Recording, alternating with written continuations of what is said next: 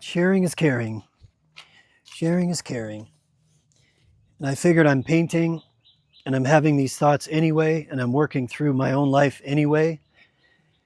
When I paint, I get to observe, I get to meditate, I get to notice, I get to be present to this thing while I'm observing what's coming up in here. But it becomes kind of like, I guess the best way to say it, it's like a meditation because I'm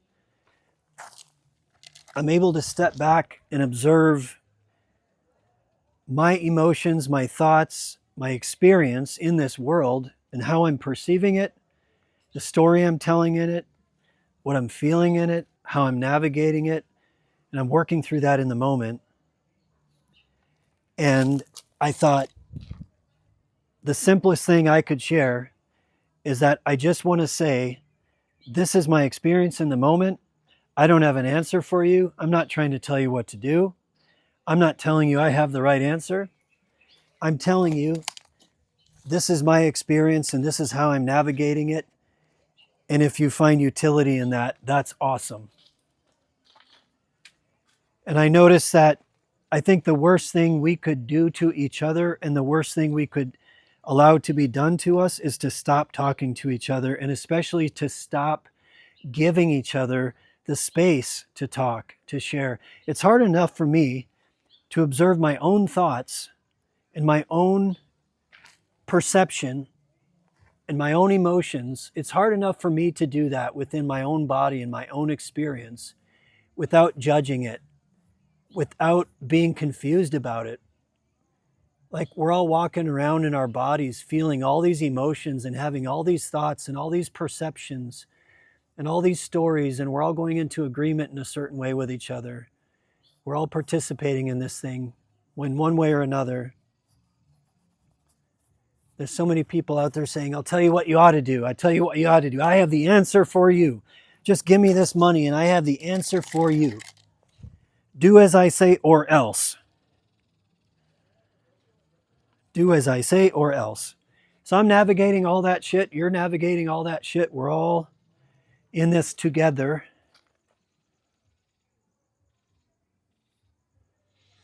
And I think one of the worst things that is done in any abusive home is to separate and divide and to manipulate the children into hurting and harming each other. Every abusive home that I've ever observed, and I've worked with hundreds and hundreds of people that grew up in really, truly hurtful, harmful, abusive homes. Any truly abusive home that I've ever been witness to has a parent who blames the children for acting out normal emotions and for trying to set normal boundaries and saying, ouch, please stop. Every abusive home had a parent who punished the children for being their normal, natural, loving, wonderful selves. And that parent shamed and blamed and denied and attacked anyone who tried to hold them accountable or set boundaries or say no. And I perceive that that's what we are all collectively experiencing. And what's horrible in those homes is very frequently that sadistically narcissistic authoritarian parent will pit the children against one another.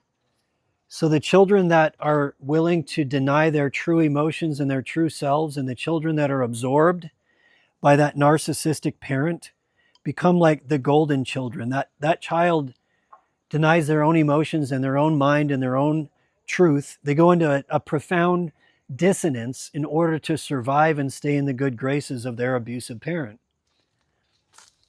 The children who are the black sheep are those that don't give in to that abuse. They say to themselves, I will never become that person. And they go about living a life of trying to overcome that horrible, harmful, nasty environment they grew up in. Those are the black sheep, the ones that are honest in their emotions, the ones that try to set boundaries, the ones that say, ouch, please stop, the ones that say, you're hurting my sister, you're hurting my brother, please stop, you're hurting me, please stop. Those are the ones that are punished the most in any abusive home. Those are the ones that are punished the most in any abusive society. I notice I'm trying to find a way to stay connected and to communicate and to express from a place of love and compassion and strength to my community, rather than to go into hibernation, rather than to go into learned helplessness, rather than to go into depression, rather than to give up and quit just being. So a huge breakthrough I had tonight was like, it might sound completely obvious, but it's recognizing I can only tend to the part of the garden I can touch, like Ram Dass said. I can only tend to the part of the garden I can touch. And I want to be present too, in love, in compassion, in strength, in just being present to what is in my path. And sometimes that's with my children, sometimes that's with my clients, sometimes that's with my family, sometimes that's with you.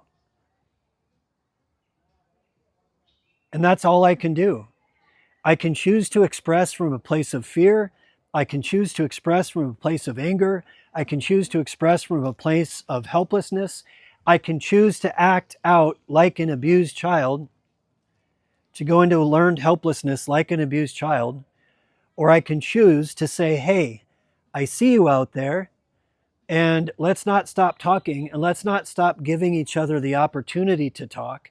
Let's not stop having value in each other's most basic right to have a voice.